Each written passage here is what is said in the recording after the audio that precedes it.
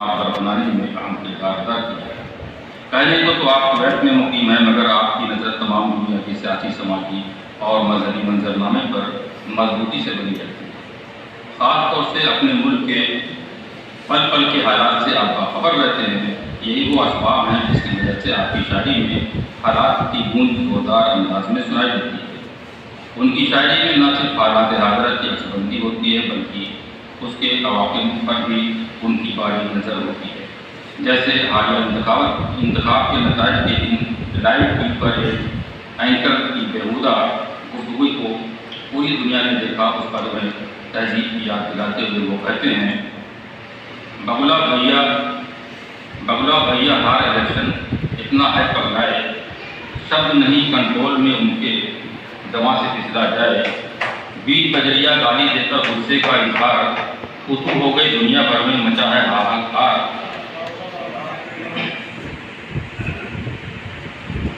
پڑھا لکھا بیکار ہوا سب بھول گئے تہذیب، گنڈوں کی صحبت میں رہ کر دی بات عجیب، لاج نہ آئی بیٹی بہنا سبھی سنتے ہوں گے، بھیا بابا چاچا چاچی سب رشتے تم بھولے، اتنے اندھے مت ہو جاؤ کچھ بھی نظر نہ آئے، گنگا جمنی تہذیب کہیں اب بکھر نہ جائے۔ اس مختصر سی نظم میں آپ نے محسوس کیا ہوگا کہ کس خوبصورتی سے بغیر فرقہ بندی کے اثرات قبول کیے انہوں نے تہذیب کا حوالہ دے کر ملک میں پنپ رہی منافرت کی ہوا پر بند باندھنے کی فنکارانہ کوشش کی ہے۔ ڈاکٹر عامر دبئی کے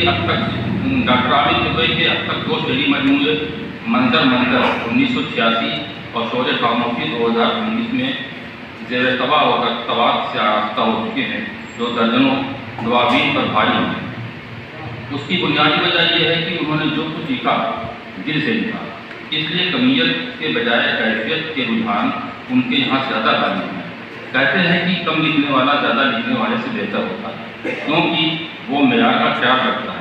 اس لیے قاری کو ڈاکٹر عامر دبئی کی مختصر کائنات سے کوئی شکایت نہیں ہے۔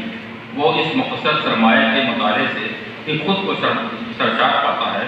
عامر دبئی کے دل کی آواز میں عشق و محبت اور لب و رخسار کی باتیں نہیں ہوتی، بلکہ مظلوموں کی عام وفا، سماج میں پھیلی بدعنوانی، سیاستدانوں کی بے حسی، ظالموں کے خلاف احتجاجی آواز پورے گھن گرج کے ساتھ سنائی دیتی ہے۔